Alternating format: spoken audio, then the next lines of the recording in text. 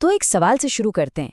क्या कोई दुनियावी हुनर जैसे कि मान लीजिए शतरंज खेलना किसी को आध्यात्मिक ज्ञान या मुक्ति के रास्ते पर आगे ले जा सकता है? ये पूरी कहानी असल में इसी एक सवाल के आसपास घूमती है। कहानी की शुरुआत होती है एक नौजवान से जो एक बड़ी ही अजीब सी उलझन में फंसा हुआ है। वो एक मठ का हिस्सा तो बनना चाहता है, लेकिन उसे लगता है कि उसके पास ऐसा कुछ भी नहीं है जो उसे इस रास्ते के काबिल बना सके। वो मठ के महंत के पास पहुंचता है और अपनी मुश्किल बताता है।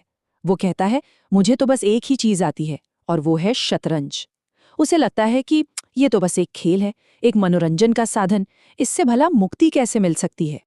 देखिए, उसके मन में ये बात ना बहुत गहराई से बैठी हुई थी कि हर तरह का खेल कूद, मनोरंजन, जिसमें उसका पसंदीदा खेल शतरंज भी शामिल था, एक तरह का पाप है। तो सोचिए, जो एकमात्र हुनर उसके पास है, वही उसकी नज़र में आध्यात्मिक रास्ते की सबसे बड़ी रुकावट था।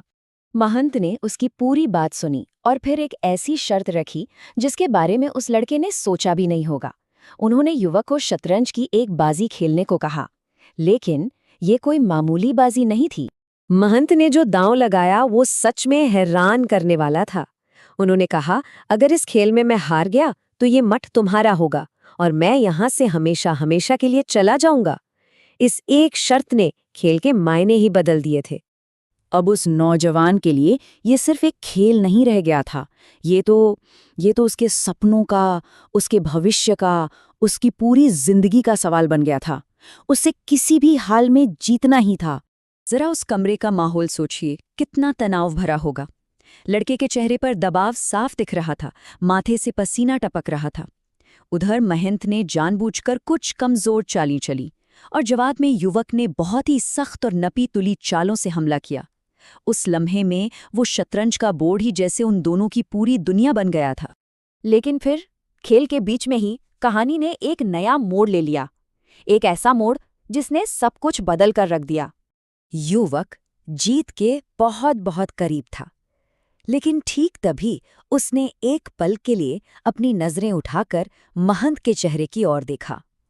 और बस उस एक नजर ने उसके अंदर जैसे सब कुछ बदल दिया। उसे अचानक ये एहसास हुआ कि वो उस इंसान को हराने जा रहा है जिसने उसे एक मौका दिया था।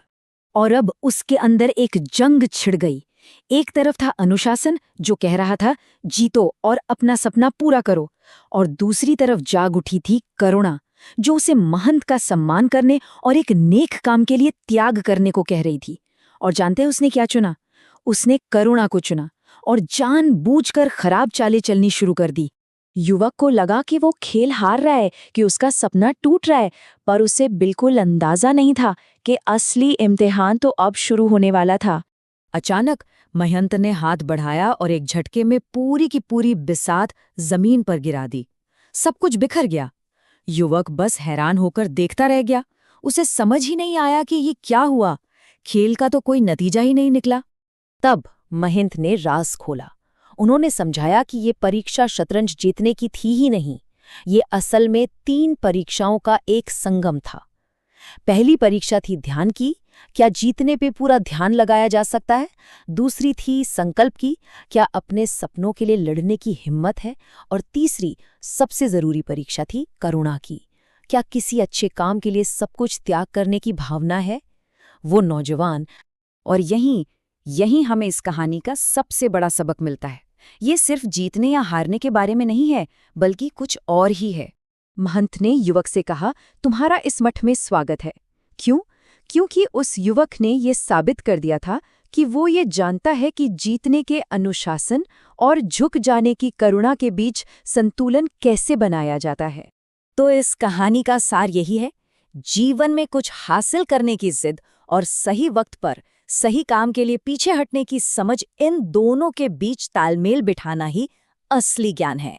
तो ये कहानी हम सबके लिए एक सवाल छोड़ जाती है।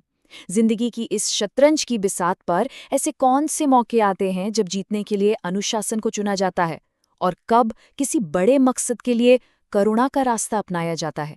ये एक सोचने वाला सवाल है ना?